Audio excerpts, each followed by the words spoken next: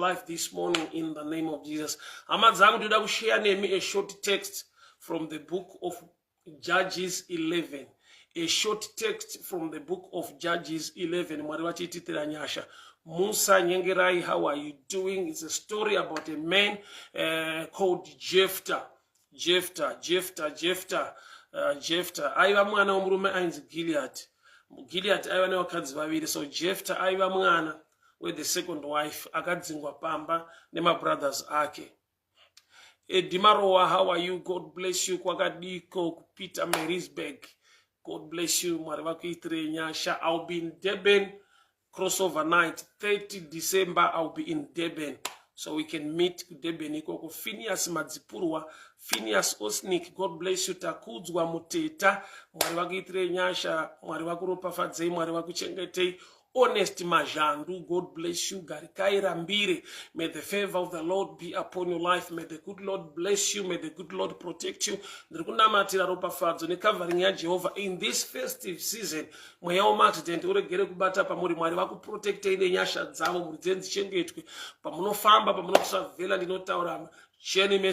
good Lord bless you in the name of Jesus. Joseph Manjo, may the good Lord bless you. So I'm coming on the Jephthah, Judges chapter 11. Judges chapter 11. Waka reject kwa wengo ne hamadzake agadzingwa agenda ku a place here in the land of Tob. Ari ikoko, he began to lead nekutungamirira vanhu vanga vari ma rejects as well.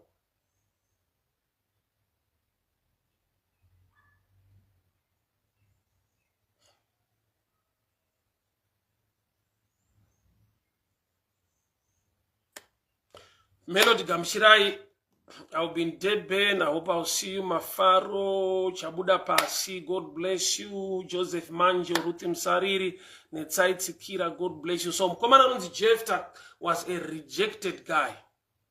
Kuvakumuri, kwa babo wake. Amadzake dzakamudzinga mumusha. Akaenda ku land of Tob. In that place, he began to lead people ariko. Vanhu vaigara kunzvimbo yainzi Tob. Vanhu vanga vari ma rejected people. Nekumwe kutaura vainzi the useless fellows who were there. But aenda ikoko haana kujoina unhu hwevanhu vari rejected, although he was also rejected. But akadiscover the gift yaiva maari, the leadership quality yaiva maari. Kureva kuti paakaendeswa kunzvimbo yainzi Tob, wakatanga kuita zvinhu zvakadraw attention yekwaanga adzingwa. Nekuda kwekuti Israel yakazoita hondo neimwe nyika. Vakuru vemuIsrael ndo vakati tadi kuenda kundotora Jephthah atitungamirire. So Jephthah became a leader, Jephthah became a judge in Israel. But quality yake yekutungamirira yakadiscover paakadzingwa pamba pavo akaenda kunzvimbo yainzi the land of Tob, where useless fellow gathered around him and he began to lead them. Kureva kuti nzvimbo yaakaenda iyoyo haana kuienda by choice. He was chased away nehama dzake. But haana kuenda by choice. But God had chosen that place kuti igone kuburitsa the quality unyanzvi huri maari to lead. So I've discovered that in life there are times ekuti zvimwe zvinhu hazviitike by choice. Zvinoitika by pressure, by rejection. But nekusaziva unenge usiri kuziva kuti God is also involved murejection yako, mukudzingwa imomo, kuti waakuenda muplace inomanifesta your gift kuti uzova a great person in the future. So sometimes when we pray unto the Lord, Mwari ndiwandirei nyasha, Mwari ndirwirei, vanhu vandimukira, vanhu vari kundirwisa, unenge usiri aware concerning the plan and the mind of God. So unenguva yekuti waitarisira vanhu kumira newe, vanhu vaifanirwa kukubatsira. Zvichida uri munhu akaitira vamwe vanhu zvakanaka, but in return vanhu havana chakanaka chavanounzawo to you. Saka unenge wakuti, but I did this to them. Why are they paying me back with the hatred? Say vari kundipay back neruvengo nekusandigamuchira. Here with me. Grace gift iri muna Jephthah. I manifest ari mumba mavo. Ma qualities e grace ne gift iri muna Joseph. Azvi manifest ari mumba mababa wake. So pari nguva yekuti nzvimbo yauri it's not by choice. Nzvimbo yauri like now it's not by choice. Haupade, haufarire kwauri, hauna kukuenda nekuda. But kudenga kuna Mwari anokuda. Kune nyasha dzakavigwa mukati meupenyu hwako dzinogona kuita kuti ugone kudiscover the grace, the favor, or the gift that God has deposited in you. Inotanga kuonekwa nekumanifesta mangati mu wrong place according to the mind of man. So Jephthah akava a leader mu Israel, but the practice ground a land of tube, a place yasina kuenda by choice, yakaenda by pressure. The gift yanga iri hidden maari ikamanifesta to an extent yekuti vari kuIsrael vakanzwa kuti among us muno muIsrael hatina munhu ane ma qualities e leadership say a Jephthah. Ndokubva vaenda kunokumbira Jephthah kuti can you come and lead us against the battle yatasangana nayo. Let me show you something. Jephthah ndokubva avapa a condition. He became a leader. Chaakadzingirwa mumba nehama dzake nemadzikoma vaiti haugoni kutora nhaka yababa wedu, uri mwana wemumwe mukadzi.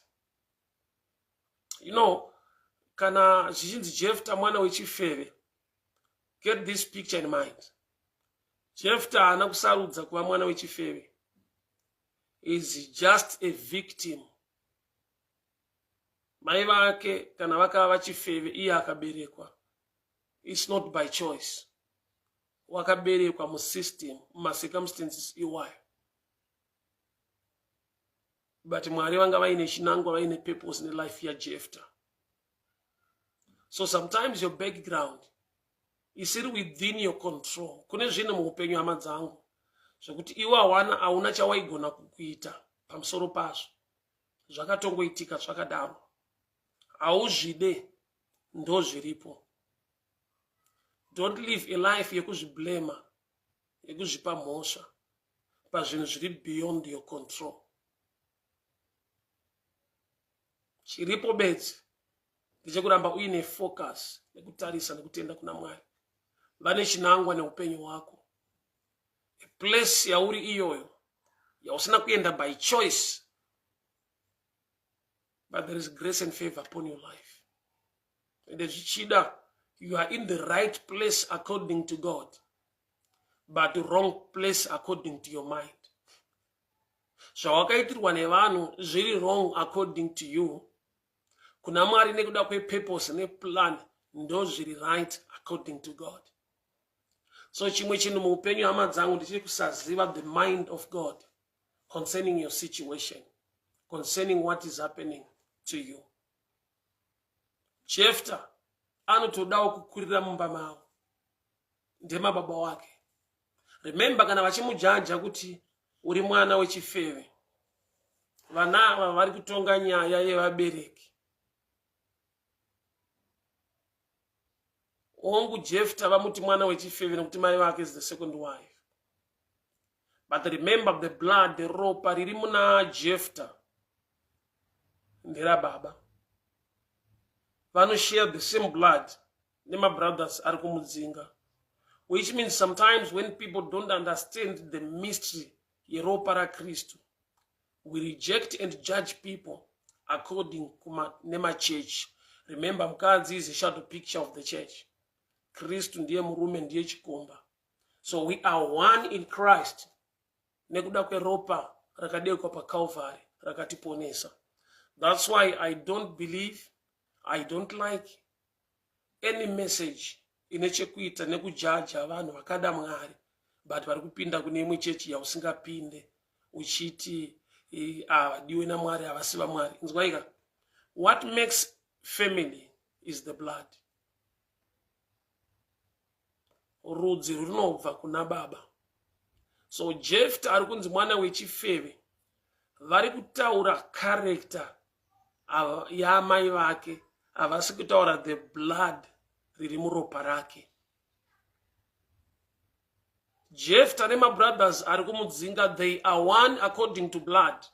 Vese vana vaGilead, they are one according to blood. Vese vana vaGilead. Vakasiyana according to the mothers. So nekuda kwevhangeri raKristu ratakatenda mariri, nekuda kweropa rake, we are one.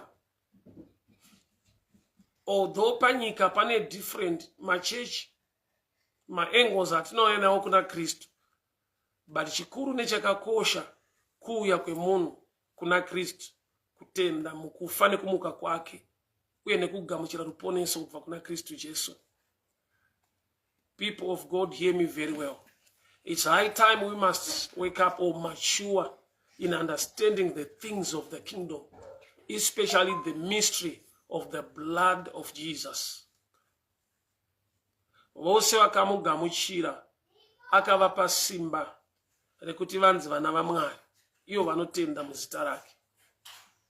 We are one according to the blood. We are different according to the setup of men, especially my church. So Jephthah ane ropa rakafanana nevanhu vari kumudzinga, vari kungojaja ma-issues ana mai uye character. So Jephthah akadzingwa nevanhu veropa rekwake. But ariko akamanifesta the quality yeLeadership yakaita kuti nevari kuIsrael vasara vacho nevatomudzinga vacho havana that quality. I've discovered in life kuti dzimwe nguva vanhu vanokumukira nekukurwisa vanonida chiri mauri at a certain point of time. Mwari vanenge vakaisa nyasha mauri dzavasina, saka maybe vane mweya wejealousy weshanji wokungonzwa kuti aiwa, you must not be with us. But Mwari ndokubva vacreata a need yekuti nevakasara vachidzinga Jephthah hava qualify that position. People of God, hear me very well. Ndiwe Jephthah, kuland of Tubu kwawaendeswa ukufarira hakusikumba kwenyu, but that's the place inonyatso manifesta the grace and the gift that is in you. So sometimes you are in a wrong place. Sometimes you are dealing with the wrong people. Vasinga appreciate it, vasiri kugamuchira. But put your focus muna Mwari. I don't know whom I'm talking to this morning, but my message in the equity, there is grace in your life. Kureject kwa nevanhu kusagamuchirwa haisi nyaya. God has a plan, God has a purpose. May the good Lord bless you. May the good Lord favor you. May the good Lord protect you. May His favor and His grace be upon your life this morning in the name of Jesus. Makadiko amadzangu, tiri mu festive season iri very controversial kune vamwe vatidzidzei nekuti ngwarei vari kuti aiwa Jesu ana kuberekwa 25 December, whether they are right or they are wrong. Chiripo chiri major, he was born. Chiri minor, neche debate rema dates and time. Ndikupe this example. Mumba mukapinda nyoka, chekutanga kuita kudila nenyoka yapinda mumba than kuda kutsvaga kuti yapinda nepapi. Chino one chiri obvious, ukatoona yapinda munopindika paripo payapinda napo. So information iyo iri minor. The major information is to do with the snake. Why? Because ichakuruma iri poisonous unofa. So chiri major panau yekuberekwa kwa Jesu ndechekuti wakaberekwa. Chiri minor chamungagariswere muchidebata nekunetsana idate. But whether date ratinaro ndiro harisi, but ririko date nokuti ane muso wakatoberekwa. Saka whether ndinouziva andiuzive zviri minor. chokwadi chekuti he was born to save humankind. So pane need to celebrate the birth of the King, of our Lord, the Messiah, Jesus Christ. So usabviswe mumudi yekuselebrata. Kana ukaselebrata pa wrong day, pa wrong date, chiri major. He was born, you recognize kuti wakauya panyika akararama akafamba semunhu kuti vanhu vaponeswe. God bless you. Tine vanhu vaakuziva nekutoimba nekuimba ukapa uchapiwa haapaniimba song yacho knowledge yapo but seida mudziko risiri kupera anozviziva usapani kuve kuti ukaparidza mwana kuzatozviziva.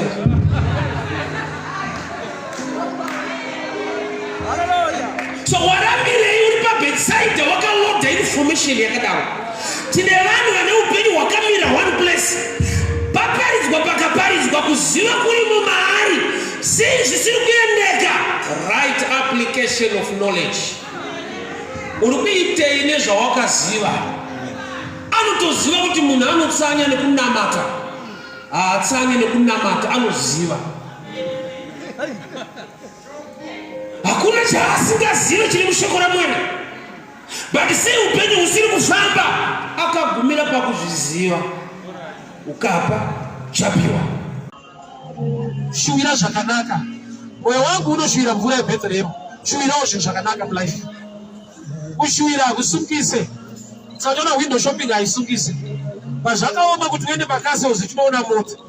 Wopfungwa yako yakatozviudza kuti toitenga nei, mari yani zvaita sei. Hazviite kuti uende pakase uzinoona mota. Hazviite. Hauna mboroiwa, hakuna anokupikisa. Wega wakatozviudza unoitenga nei, zvaita sei, kupi. Izvo zvakaudza kuti usaende ikoko.